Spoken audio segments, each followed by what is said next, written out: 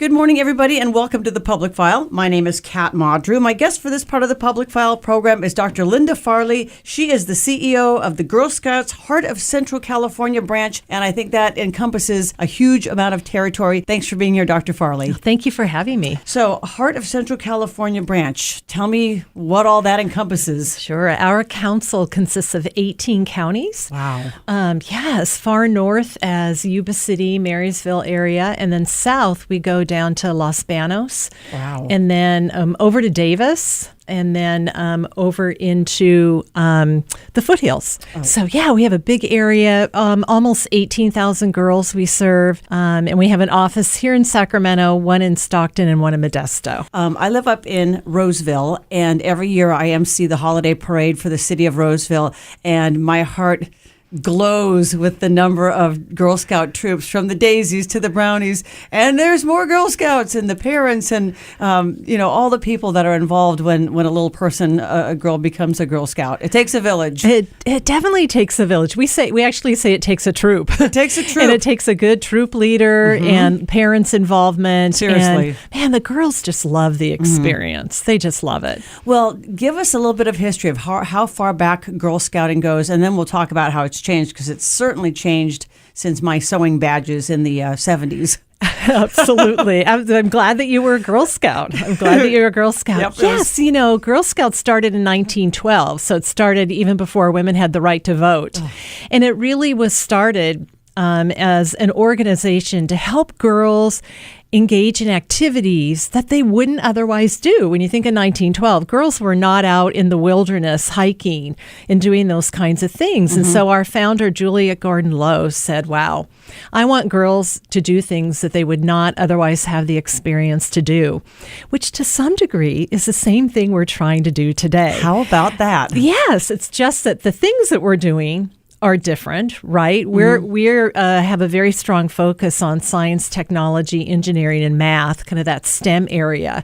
So certainly girls weren't focused on that back in 1912, but what they were doing was relevant to them in that day and age. That's what we're still doing today, is finding what's relevant for girls today and then giving that opportunity in an all-girls environment to do it. And I think, going back to my experience, I think I made it through juniors. I don't know if I was a senior or a cadet, certainly not a cadet. But back in my time, it was learning about the outdoors. And something I remember that was sort of progressive for the time was learning about different girls in different cultures. Oh, sure. And that was a big thing. Every year you took on a culture and learned about that, and learned about their food, learned about their customs. And, that was baby steps towards where girls are now. We certainly didn't have badges about, mechanics and some of the other great stuff that girls now get to explore through Girl Scouts. Well, I have to tell you, we still have girls who are doing the kind of badge work that you did, because it's still important for them to learn about girls in other cultures or people in other cultures. I think what we've done now is we've added to those traditions, and we have stepped into the world of STEM, and now girls can earn a robotics badge. Love and it. All of that. And we now have a STEM center here in Sacramento, adjacent to our office, where girls can come for workshops and sessions. And so that's very new and different. But I have to tell you, there are still some of those, the sewing badge, some of those badges still exist. And what we believe is there's still some fundamentals that we want girls to engage in. And we also want a lot of choice and options for girls. Absolutely. There are some girls that all they want to do is be in the outdoors. Yep. They want to camp, they want to go hiking, they want to take more risks out there. So we actually have some troops that are focused on high adventure. And that's really what they do. So I doubt if they're working on a sewing badge, but they're out there doing high adventure. But you and I are both wearing clothing, and somehow that had to get made. So there's actually a business and an industry behind someone who may want to take on a sewing badge. Exactly. If you're just joining me, my guest is Dr. Linda Farley. She's the CEO of the Girl Scouts Heart of Central California. How long ago did the daisies start? Because as I recall, brownies used to be the entry level position in in Girl Scouts, and then daisies came along. It's been a number of years, but certainly it's been a great addition, because I think what we found was girls in kindergarten wanted to be a part of the program, but we didn't have a way for them to do that. And so now with the Daisy program, there are many things that the daisies do. And I have to tell you, most of the daisies sell the most cookies. Tell you what, because they're so darn cute. So cute. They're so cute. But we're so happy to provide younger girls that experience, all the way up to grades 12, seniors in high school. I love it. And my daughters are 3 years apart. And when the youngest was a brownie, the older one was a brownie. The younger one desperately wanted to be involved, and she could have been a daisy had it existed. Yes. So there was definitely a need, I will tell you. Yes. I will absolutely tell you. Tell me the main differences between Boy Scouts and Girl Scouts. I know there's an Eagle Scout. That's a huge deal. And presidents, when they become president, they talk about how they were an Eagle Scout. What is the equivalent in Girl Scouts? And maybe talk about the two organizations, if you would. Sure. Well, we definitely have an award that's comparable to the Eagle Scout Award, and that's called the Gold Award. So we have Gold Award Girl Scouts who work very hard, very diligently on their Gold Award projects. And it's a small percentage of our girls who receive those awards, because there is a lot to do with them. About 6% of our girls achieve that level, but they need to complete a project that impacts the community over a period of time. So their projects are sustainable. They're not out painting park benches, let's say. They may be out assessing whether a park needs benches, how to get those benches in the park, how to maintain the benches over a period of time. Got it. And then maybe how to add to that in 2 or 3 years. So they're sustainable long-term projects. That's very key.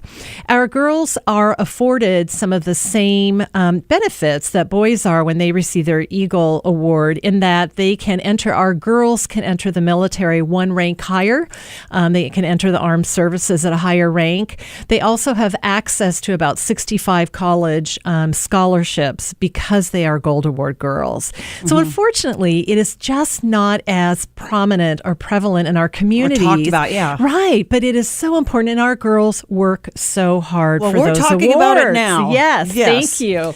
So more about the Boy Scouts versus Girl Scouts. There was a lot of discussion recently. Boy Scouts recently started allowing girls to join the Boy Scouts in their. Explain what went on there, and why Girl Scouts continue to be just for girls. Well, I'm not exactly sure what the decision behind the Boy Scouts. What I do know from a Girl Scout standpoint is we will never accept boys, not because we don't like boys. We like boys. But we believe in the power and the importance of an all-girls environment for our girls. There's a very small percentage of girls who attend all-girls schools. What the research has found is that when girls are in these all-girl, single-gender environments, they perform better. They take more risks. They participate more. They open up more They easily. open up. They're not afraid to speak their mind. And research, number of different sources, really continues to bear that out. So we will maintain the integrity of an all-girls program. That said, I recently facilitated a women's empowerment seminar. It was the topic was breast cancer, and there's method to my madness. But it was a bunch of women, and there was a female oncologist, and they opened it up to questions. And at first, people were maybe nervous about asking questions, but once there was no stupid questions, but a group of women comfortable being around each other, the questions came flowing out, and it was just something that stands out in my mind as one of these times where, again, we love men. This was a group of women comfortable talking and asking questions and sort of being empowered by each other's presence and questions and confidence. Absolutely. And we see that happen with young girls. And especially when girls enter middle school. Quite often, as we both can remember. Yeah, it's a tough time. Unfortunately, it's a tough time. And what happens is you begin to see the decline of girls actively engaged in mathematics and science when they enter middle school. And so that's another reason why it's so important for us, Girl Scouts, to focus on STEM and those opportunities in STEM. Because what we hope is that girls will be inspired, will have the comfort level to explore science, technology, engineering, and math further, whether through school, whether through college. Many of them are discovering careers that they didn't even know existed or didn't know it was maybe a mathematics career or science career. And that's very important for them to get to know other women. Right. So we have women who are in those careers highlighted in our center. In fact, one, Pam Marone, who's at Bioinnovations, she is an entomologist, so the study of bugs. And so we have a feature on her in our center right now. And I bet there are a lot of girls who maybe didn't even know that that was an area of study or a career that you could explore if you like bugs. Seriously, I can have a career in bugs. How awesome is that? Right. Do you have girls who, because education budgets are often limited and there aren't the field trips that there used to be, and there aren't many as many opportunities to explore areas outside the required curriculum, that learn about things, for example, entomology through Girl Scouts, or about working on cars, or about any number of different areas where they stop and go, wait a minute, this is a career area? I can do this? Absolutely, I think so. What we want to do is really support and supplement what girls are receiving in school. We don't want to replicate necessarily. And that's why having especially this space, our STEM center, where girls can come. In fact, the first Friday of every month is just an open time for girls to come. And they asked for this. We want a time where we can come into the STEM center and just talk to each other and work on projects. Very, very powerful for our girls. I think where else do they have that opportunity in an all-girl environment? Seriously. With adults there to support them. We bring in experts, young women who are in the coding field.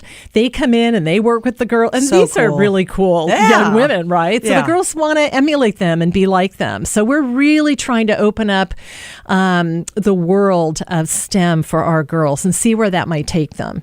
If you're just joining me again, my guest is Dr. Linda Farley. She's the CEO of the Girl Scouts Heart of Central California. And you have, above and beyond the programs and the badges, you have specific leadership building programs. Talk about those. That's the goal of certain parts of the Girl Scouting experience. Exactly. And really, the leadership component for Girl Scouts is really the umbrella, because our vision is to be the premier leadership development organization for girls. And so everything that we do really moves towards that vision of helping girls in their own way and in many different ways become leaders in their communities. And so in addition to STEM, we also focus on outdoors. Of course, we own two properties, one in El Dorado County and one in Calaveras County, that girls can get outside in. And then we focus on entrepreneurship, which most people will, if I say Thin Mints, everybody's going to know what I mean by entrepreneurship. But our girls are out selling cookies starting this Friday, January 12th. Awesome. And so these, and then life skills. So those are the four areas that we focus on, all under the umbrella of leadership. So within entrepreneurship, our girls are learning about how to be leaders. When they are running their cookie program, they are taking on the aspects of leadership. And so though we do have opportunities to learn leadership specifically in and of itself, our girls learn leadership through what they're doing. When they're in the outdoors and they may be earning a first aid badge, there's a lot of leadership that has to do with that. So everything that we're doing is moving toward this vision of our girls becoming leaders in some capacity in their communities. We never know how we affect people around us. Sometimes we hear, or sometimes we don't. Do you have leaders, or you're kind of higher up, but you've been in the trenches as well. Do you have people who were Girl Scouts who grow up and come back and say, you were the person who lit my fire, or you were the person that inspired me to become a leader? Because you don't always know girls' backgrounds or households or who their other influencers are? Do you get people saying, it was Girl Scouts that got me interested or hooked on whatever? I can't tell you how many times I hear that. And it can bring tears to my eyes, because there are some girls who will say, my troop leader, and the troop leader wasn't their mother, let's say. My troop leader was really my surrogate mother. For whatever reason, maybe they didn't have a mother. Maybe their mother wasn't in their home full time, for whatever reason.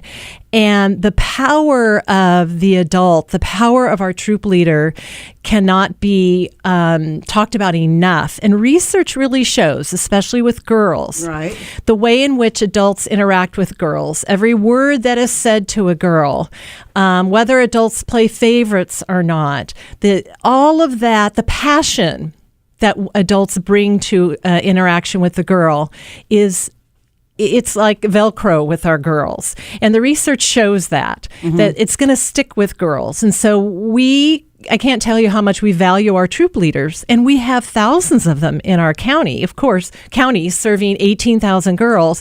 We have a lot of troop leaders, and they're wonderful, and they're stepping up into leadership roles to impact these girls. And I tell our troop leaders, especially new troop leaders, when I meet with them, 40 years from now, your girls are going to remember you. 50 years from now, 60 years from now. My mother was my troop leader. Mrs. Liston, I can tell you who mine was. Exactly. And girls are remembering these women who are taking on kind of their first leadership roles in their life. I realized, in really reflecting back, my mother, my 1960 housewife mother, was my first example of a woman leader. Love it. Yep. You know, she couldn't drive a car, so she got on her bicycle and rode her bike up to my school to start our troop. And she led us, and she let us really lead also. But she was my first example of women can do anything. Yep, even with Look what my mom's doing. Yep, without a car, where there's a will, there's a way. Exactly. And going back to what you're saying, I am a firm believer. I love my words, and words can break you down or build you up so incredibly. Words are remembered, and it's not a boy or a girl thing, but maybe it is. But those things that are said in a positive way about people, stay with them. Exactly, and that's why girls having another opportunity in their lives to engage in an all-girls environment. And for many girls, it's soccer. It's being on an all-girls soccer team. It may be something else, but what we really find, and what the research bears out, is girls who stay in Girl Scouting at least 3 years, they actually perform better on life competencies. So they're going to earn more money. They're going to be more educated. They're going to volunteer more in their community. So the research shows when girls are a part of Girl Scouting, this is what happens. It works. And they're all engaged in Girl Scouting in different ways, very different ways, because that troop leader is such a part of what's happening. And I think that's really a cool part of how Girl Scouts has evolved from more stereotypical girl things to pretty much the world, which I absolutely love. Exactly. We have Girl Scout cookies. As this airs, they will have just kicked off on January 12th, selling those cookies. You mentioned that it is entrepreneurial, and I will tell you, I see some of them dressed as cookies. I see them out there, presenting their products. Talk about the Girl Scout cookie sales that everybody's waiting for, and where the money goes. Absolutely. Well, our girls are learning financial literacy when they're engaged in this program. They're learning marketing when they're putting on the cookie outfit.